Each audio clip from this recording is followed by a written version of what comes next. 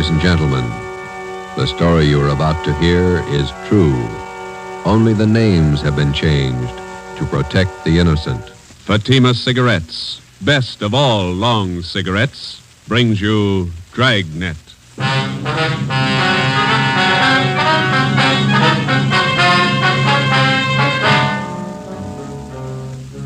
You're a detective sergeant. You're assigned to robbery detail. 2 armed bandits have robbed a large jewelry store in your city. One of the suspects escapes. One is apprehended.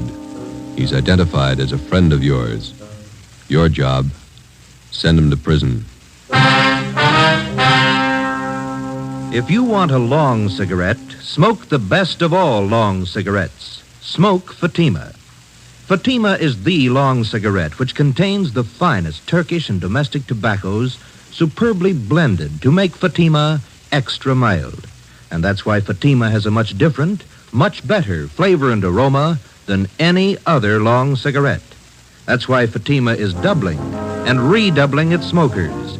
So, if you want a long cigarette, smoke the best of all long cigarettes. Smoke Fatima. Dragnet, the documented drama of an actual crime. For the next 30 minutes, in cooperation with the Los Angeles Police Department, you will travel step by step on the side of the law through an actual case from official police files. From beginning to end, from crime to punishment, Dragnet is the story of your police force in action. It was Tuesday, February 8th. It was cold in Los Angeles. We were working the night watch out of robbery detail. My partner's Ben Romero. The boss is Thad Brown, chief of detectives. My name's Friday. I was on the way over from the city hall, and it was 8:35 p.m. when I got to the second floor of the Georgia Street Receiving Hospital. Treatment room. Joe, hi. Hi, Doc. Ben, how's it going? Okay. It hurt for a while. Doc gave me an injection. 1/6 of a grain of morphine, Novocaine injection. The bullet's still in your shoulder? Doc's about ready to take it out. As soon as I get the wound cleaned, here's the soap and water, nurse. Alcohol sponge, please. How's it look, Doctor? Well, there's the x-ray. Shallow penetrating wound in the deltoid area. Sludge larger than the soft tissue right here. Oh, yeah. No bone involvement. Okay, the bullet was spent. That's good. Feel okay? Sure. Nurse, methylate applicators, please. Thanks. Let's see now. Where'd you leave Tyler, Joe? Interrogation room. Reynolds and Thompson are with him. Let me have the probe, nurse. Yeah. Feel anything, Romero? No. That's it. You hear that? Hear what? Located the slug with a probe. Oh. Nice. Forceps. Thanks. Here we go. Oh, steady. You call your wife? No, she don't worry.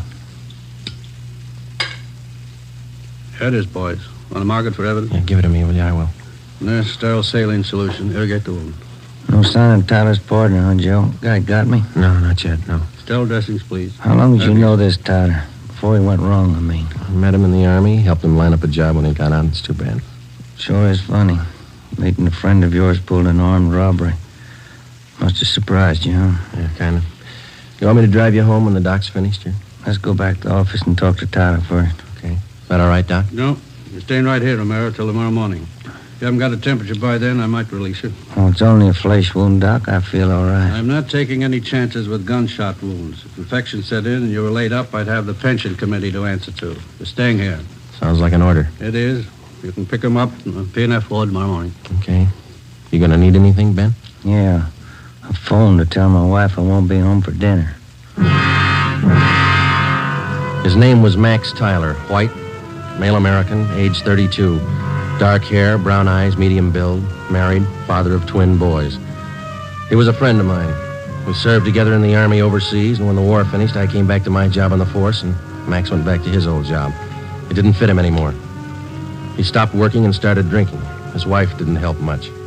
Max started with small trouble, but it grew fast. On the afternoon of February the 8th, Tuesday, Ben and I surprised 2 men holding up a Main Street jewelry shop. Shots were exchanged, and Ben received a flesh wound in the shoulder. One of the hold-up men escaped. The other one was apprehended. His name was Max Tyler.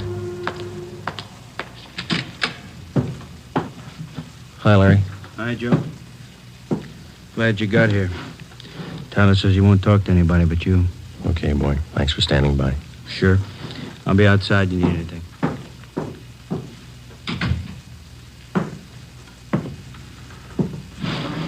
Max, Joe? you're in deep this time. You shot a cop. I didn't. This guy was with me. I didn't fire once. You were in on the job. Yeah. Then don't expect presents. I don't expect anything, Joe. Glad you came back. I don't want to talk to those other cops. I work in the same department they do, same job. Well, it's easier to talk to you. What's your story? I was crazy to try it. No alibis, Joe, but I didn't know what I was doing, believe me. I just didn't realize. I won't buy it, Max. You told me the same thing 14 months ago when they picked you up for those bum checks you were passing. Sure, I hung some paper, but I'm no hood, Joe. You know that. I was drinking. I needed dough for Dorothy and the kids. You gotta believe me. I need a break. You said that before, too. I went to bat for you, got off with 6 months and 3 years probation. Now you turn up with another caper. I know, Joe, I know. I'm sorry. You're sorry once, Max, and it works, but one free ride's enough for anybody. Now, that's it. Did I say I wanted that kind of a break? I'll serve my time, Joe. I'll serve every day I owe. And then what can you tell me you couldn't have told the other cops? I want to ask you a favor. Yeah? I know you're going to hook me on this. So while I'm doing my time, Dorothy and the kids are staying with relatives out in Inglewood. If you'll... well, just keep an eye on them, you know, Joe. I don't mean dough. Dorothy can work with... kind of watch out for them, huh? Give them a break, Joe. It's not their fault. Will you do it, Joe? Yeah. Sure, I'll take care of it. Now, you do something for me. Anything you want, guy. Let's have the straight story. Who was the guy with you on that holdup this afternoon? Cresta, George Cresta, you know him. Out of Folsom, short guy, black hair? Yeah, he's got a room above the Red Owl Bar down on East 3rd near Broadway. That's where he hangs out. Where can we find Cresta now? Oh, maybe there, I don't know. I'll give you a list of the places he goes. Some of his friends I've met. He sure roped me in. Said there wasn't going to be any rough stuff. You were carrying an S&W 38. Sure. When they got outside the jewelry shop, Cresta jammed the gun in my hand. I had to put it away, get it out of sight. Believe me, Joe, he roped me into this. It sounds like an alibi, I know, This but is your second time around, Max. It sounds like one. Okay, I got nothing coming. Don't forget about Dorothy and the kids. Huh? I promised you. Now, you want to give me a full statement on the holdup now? Anything you say, Joe. I'll call for a stenographer. Joe. Yeah, I'm sorry. I am. I believe you. You got the feeling too late, that's all. Max Tyler was arraigned in municipal court 2 days later. Bail was set at $10,000. 3 days after that came his preliminary hearing in municipal court. At his arraignment in Superior Court, 5 weeks after he'd been apprehended, Tyler entered a plea of not guilty. A date was set for his trial in Superior Court. Meantime, the hunt for George Cresta, Max's accomplice, went on. There wasn't a sign of him. Our informants had no lead on him, and the all-points bulletin containing all the information we had on Cresta brought in nothing. On Monday, March 22nd, the trial of Max Tyler was held in Superior Court. Ben and I were subpoenaed to appear. The victim of the holdup, the jewelry store manager, was the first to testify. He was questioned by both the prosecutor and the counsel for the defense. He left the stand at 11:25 a.m. If it please, Your Honor, Counsel for the defense. before the next witness testifies, I'd like permission to approach the bench. Permission granted. Counsel for the prosecution may also approach. Wonder what that's all about, Joe. Something's up. Hey, look. Judge is shaking his head. Public defender's going back to the counsel's table. Counsel for the defense. Your Honor, it is my client's desire to change his plea to guilty. Defendant rise and face the court. Max Tyler, is that your true name? Yes, Your Honor. On the 12th day of March of this year, in Superior Court, Department 83, City and County of Los Angeles, State of California, you've heretofore been arraigned on the charge of robbery in the first degree. At that time, you pled not guilty to the charge in question. Is it now your desire to change that plea? Yes, sir, it is. You've reached this decision of your own free will. Yes, I have. There's been no force employed, no promise of gratuity or reward to induce you to reach this decision. No, sir. Counsel for the prosecution. Yes, Your Honor. Max Tyler, on the 12th day of March of this year in Superior Court, City and County of Los Angeles, State of California, you are arraigned on the charge of robbery in the first degree. That time you entered a plea as set forth in this information. How do you now plead? Guilty or not guilty? Guilty. Is it stipulated that at the time of the commission of the robbery, the defendant was armed with a deadly weapon, to wit, a revolver? So stipulated. court to fix the degree of robbery as robbery of the first degree. Your Honor, in the interest of justice, the people move to dismiss count 2, assault with a deadly weapon. At this time, Your Honor, the defendant waives time for sentencing and asks that he be sentenced immediately. Just a moment. Max Tyler, it's the judgment of this court that on the 8th day of February of this year, you did enter the premises at 23108 East Main Street in the city, and there did attempt the felonious taking of personal property in the possession of another from his person in immediate presence and against his will. Further, said attempt was made while you were armed with a dangerous and deadly weapon. Max Tyler, this court finds you guilty of robbery in the first degree. Count 2 is dismissed. Does it, Joe? Decision of this court that you be returned to the county jail. The sheriff will transfer you to the state penitentiary where you will serve the sentence as prescribed by law. Court recessed for 15 minutes. Hey, Joe. Miss Tyler over there, she's taking it pretty hard. Yeah, come on, we better go see her. Hello, Dorothy. I love him, Joe. What am I going to do without him? Children. I'll give it to you straight, Dorothy. You didn't do much to keep Max out of this. You drank right along with him. You don't Joe. deserve those kids. That's my opinion. Please, I know it. Don't make it any harder. Don't. I'll do anything I can for the kids, Dorothy. That's all. What am I going to do without him? I can't be all alone without Max. It's not right. It's not right. Neither's armed robbery. Goodbye, Dorothy. Before the end of March, Max Tyler was delivered to San Quentin State Penitentiary, where he started serving his term. His wife, Dorothy Tyler, got a job as a telephone operator. She and her children continued living with her relatives down in Inglewood. I helped them out whenever I could. 6 months went by. Every 2 weeks, faithfully, Tyler wrote me a letter from prison. I answered most of them. While Ben and I worked on other jobs, the search for George Cresta went on. We failed to uncover a single lead. 10 months passed. Tuesday, January 16th, 1949, 4 p.m. I checked in for work as usual. Hi, Joe. Cold out, huh? Yeah. Did you pick up the mail? Mm-hmm. There's a letter in your box from San Quentin. Tyler, huh? How's he doing, anyway? Good. Clean record. Got himself a pretty fair job in the prison library. Yeah. I talked to the warden up there. Says Tyler ought to be eligible for parole in about a year if he keeps his nose clean. You going to bat for Tyler again? I don't know. See what happens. How can you see anything in that guy? He's giving you nothing but trouble. Oh, a lot of people are giving him the same. Maybe that explains it. Not for me, it doesn't. I wouldn't trust him with dirty laundry. I get it. Robbery Friday. Joe, this is Dorothy Tyler. I got to talk to you. Yeah, Dorothy, what's the matter? I found Cresta. I saw him. What? George Cresta. I know where he is. I saw him downtown. I followed him to his place. You sure it was him? I'm positive. He's staying at 134 Jesse Street. It's a rooming house just off Alameda. 134 Jesse. Got it. Thanks, Dorothy. Come on, Ben. 8 minutes later, Ben and I were interviewing the landlord at 134 Jesse Street, a cheap rooming house down on the south end of the city. The landlord's name was Peterson. We showed him Cresta's mug shot, and he told us he was in room 11. We went up a dark, narrow stairway to the second floor.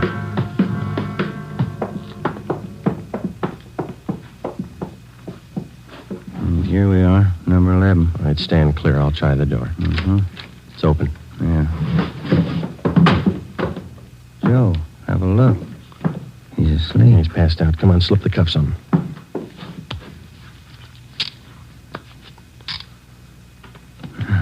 That was easy. Yeah. All right, I got his gun. He's been drinking, all right. He'll have a big hangover. He'll have a long time to get over it. George Cresta was booked at county jail on suspicion of robbery. 2 months and 3 weeks later in Superior Court, he was tried and convicted of assault with a deadly weapon and first-degree robbery and sentenced to the state penitentiary. The day after Cresta was sentenced, I was called to the office of Chief of Detectives Thad Brown. Friday, this Max Tyler is coming up for parole in a couple of months. He's a friend of yours, isn't he? That's right, in a way. You've been writing letters to the warden. You've talked to the parole board about him. Understand you're helping on his kids. A few presents. They haven't had much of a break. They're just youngsters. You're working hard to get Tyler's parole. Do you think he's worth it? Well, I was off both him and his wife, and then she gave us that tip about Cresta, and Tyler's got such a good record up at Q, I figured they'd earned another chance. You're sticking your chin out, Joe, helping a con to get a parole. I think you'll realize that. Well, I believe he's a good risk now, Chief. He's pretty weak in some things. He needs direction, that's all. His wife's getting better. She might help more than she did. I hope both of them are worth it. anything happens, I know I'm going to get it from all sides. You really think some men deserve another chance, don't you? Yes, sir, I do. I wouldn't want you working for me if you didn't. 2 more weeks went by. Tuesday, April the 19th. Ben came down with a bad cold and had to lay off work. At the same time, a new gang started a hold-up campaign among the liquor stores out in the Wilshire district. A new rash of armed robberies broke out in the central area. There was an attempted bank robbery. It was a bad week. Ben got back to work on Saturday. Rough time, huh, Joe? Busy, yeah. Did you beat that cold all right? Sure, I feel much better. Doctor gave me some new medicine. Works good. That's fine. Maybe I'll knock off early tonight if nothing's doing. That's a good idea. Shouldn't be too much tonight. Teletype for you. Just came in. Oh, thanks, Larry. Sure. What's the matter, Joe? What is it? Max Tyler. He broke out of prison this morning.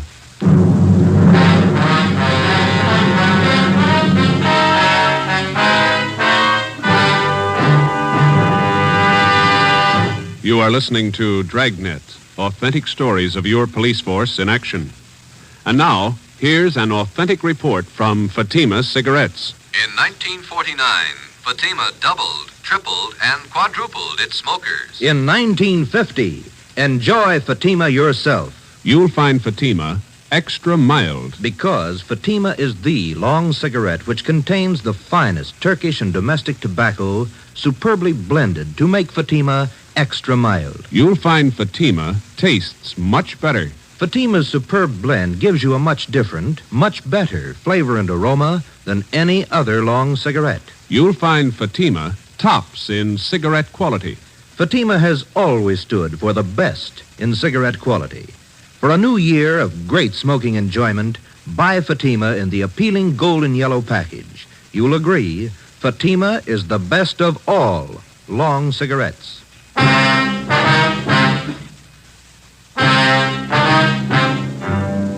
In the course of his career, the police officer is afforded 2 diverse views of the criminal. At first, the rookie cop is taught to distrust the criminal at every turn, without exception. He's schooled in the 1,001 ways in which the criminal operates, his psychology, his mode of operation. Then, when he's thoroughly acquainted with the methods of the criminal and how best to detect them, the police officer starts to learn the most difficult lesson of all: how to distinguish between the confirmed criminal and the lawbreaker, in whom there is hope of rehabilitation. After 9.5 years of police work, my first experiment in this field was with Max Tyler. I'd given him 2 chances to prove himself, and he'd lost on both of them. So did I. 2 months before his parole hearing, which might have given him his freedom, Max Tyler had suddenly decided to escape. How he figured it, I didn't know, but it was my job to find him. At 5 o'clock that afternoon, Ben and I met in the chief of detective's office. 2 officers, Holland and Grayson, from the State Adult Authority escape detail, were there. How did Tyler manage his escape, Grayson? Well, same old story. They figured they could trust him up there. He had a good job on the prison farm. They trusted him. When did they find out he was gone? On the early morning count. Have you checked his relatives out in Inglewood yet? Yeah, we have. We've got the home staked out. We're covering all the places we figure he might go. How about Mrs. Tyler? You get in touch with her Friday? Her relatives told us that she's on a weekend vacation with the 2 kids, staying with friends down at Laguna Beach. We got a call in to them. Should be hearing from them soon.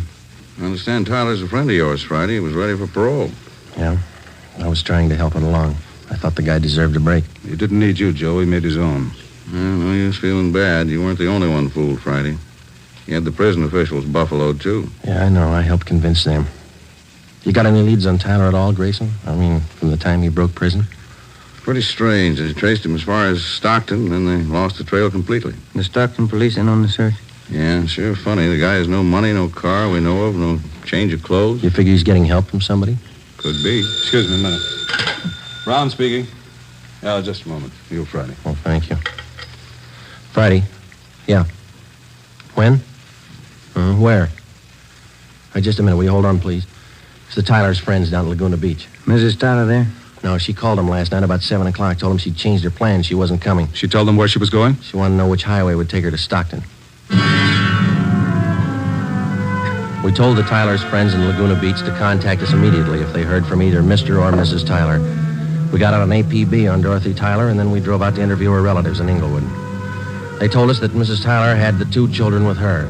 She had left their house at 6 p.m. the night before by taxi. As far as they knew, she didn't own a car. We talked with some of her friends in the neighborhood. The only thing they could tell us was that she had not borrowed a car from any of them. We drove down to the telephone exchange where she was employed as an operator, and we spoke with a manager, a Mr. Ralph Cartwright. I'm sorry, gentlemen. This is Mrs. Tyler's night off. Is there something I can help you with? When is Miss Tyler due back to work, Mr. Cartwright? Well, she's working the 10 to 7 starting tomorrow, due in at 10 a.m. We understand that she's on a weekend vacation, huh? Yes, you see, today was payday, so she asked me if she could have her check ahead of time. Said she had to have the money for the weekend. Did you give her the check? Oh, my, no. I couldn't give her the check ahead of time. But I did do her a favor, just to help her over the weekend. What was that? I loaned her my car. We got a complete description of the car together with a license number and called the office. The information was broadcast to all units throughout the city and teletyped to all points in the state. Chief of Detectives Thad Brown ordered an immediate stakeout on the telephone exchange where Mrs. Tyler was employed. The stakeout at the home of Inglewood continued. Another day passed. We checked with the bank where Mrs. Tyler maintained her account. It was 10:25 a.m. when we got back to robbery detail. Gentlemen, what'd you find out? Miss Tyler closed her account 3 days ago, withdrew all her savings, $46.55. They're not going to go far on that. Any word about that car she borrowed? Teletype came in about an hour ago. They found it just outside Santa Barbara, abandoned. Anyone see the Tylers? No reports. I wonder how those poor kids are making out. Yeah. He must be crazy, and his wife, too. If she was going to help him pull an escape, why'd she have to drag the kids along? That's the way some parents figure, Friday. They owe their children nothing. The children owe them everything. Call for you, Friday. Take it on 2. Oh, thanks, Larry. Friday. This is Hopkins, Friday, on stakeout at the phone exchange. Yeah, Bert. Tyler woman came for a check. We got her.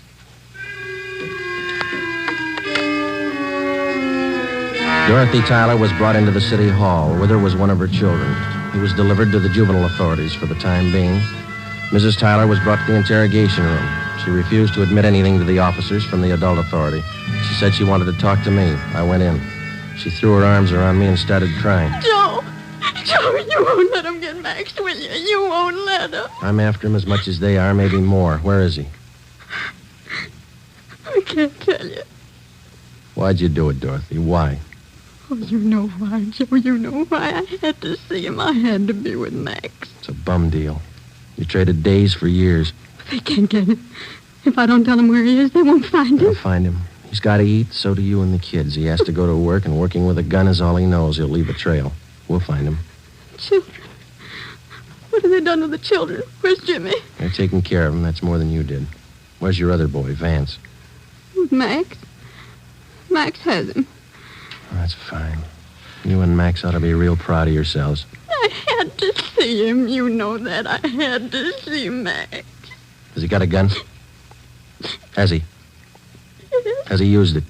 No. He just thought he might need it. He hasn't hurt anyone. I swear it. You helped him escape, is that right? You helped him. He needed help. I met him at San Rafael. We drove all night. He didn't hurt anyone, Joe. He hasn't hurt anyone. Where is he now? Where is he? All right, Dorothy, we'll find him. Joe, if I tell you, will you go alone? I can show you the way. Will you go alone? Yeah. All right. I'll take you to him, Joe. I trust you. Yeah, I trusted him once, too. 5 p.m., Monday, April 25th. Dorothy, Tyler, Ben, and I got in the car and headed north for the coast town of Santa Maria. Acting under orders of Chief of Detectives Thad Brown, Larry Thompson from Robbery Detail followed in another car. Holland and Grayson from the State Adult Authority were with him. It was 10 minutes past 8 when we drove through the town of Santa Maria. Just outside the city, Dorothy Tyler directed us to turn off onto a dirt road. We drove about 2 miles. She told us to pull up. Across that field. Shack by those trees. It's lonely out here. I'll go with you, Joe. Maybe Max won't understand. No, you stay here. Joe, that car stopped here. It's cops, Dorothy. It had to be. They won't shoot unless Max does. But you promised. You said you'd go alone. I'll go alone. Friday? Hello, Grayson.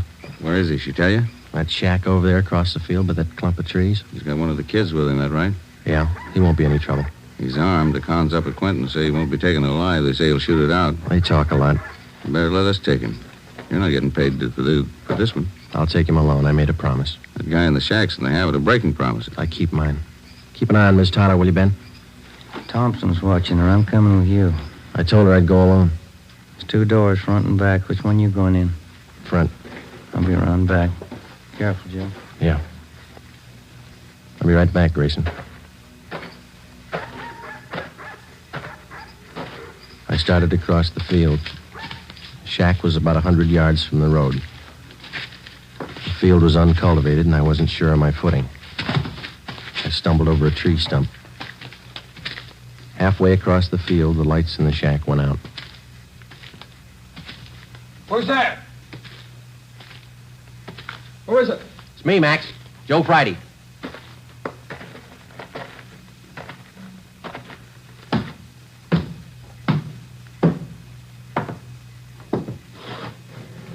Max? Come on, open up. All right, Max.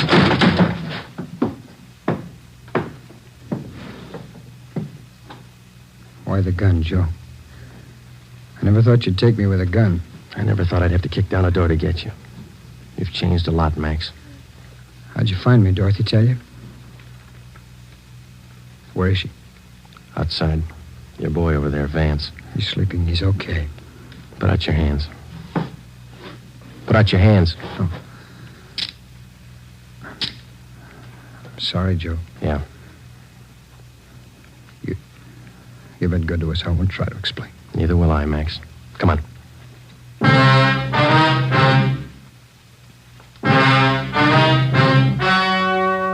The story you have just heard was true. Only the names were changed to protect the innocent. On June 2nd, trial was held in Superior Court, City and County of Marin, State of California. In a moment, the results of that trial. It's amazing how many long cigarette smokers are changing to Fatima. Here are the actual figures. New York Division. Fatima sales up 132%. Los Angeles Division. Fatima sales up 545%. St. Louis Division. Fatima sales up 548%.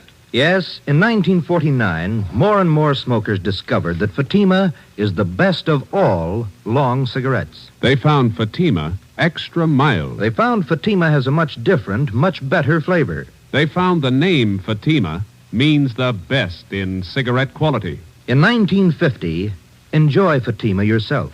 Best of all long cigarettes.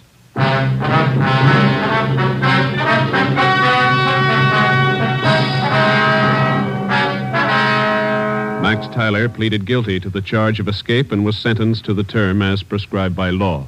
He was returned to San Quentin and then transferred to Folsom Penitentiary, where he is now serving his sentence. You have just heard Dragnet, a new series of authentic cases from official files. Technical advice for Dragnet comes from the Office of Acting Chief of Police, W.A. Wharton, Los Angeles Police Department. Dragnet honors the state of California and the men of the California Highway Patrol, another of America's outstanding law enforcement agencies. One of these men, Highway Patrol Commissioner Clifford E. Peterson, outstanding administrator and educator in the field of law enforcement, dedicates his life to making yours more secure.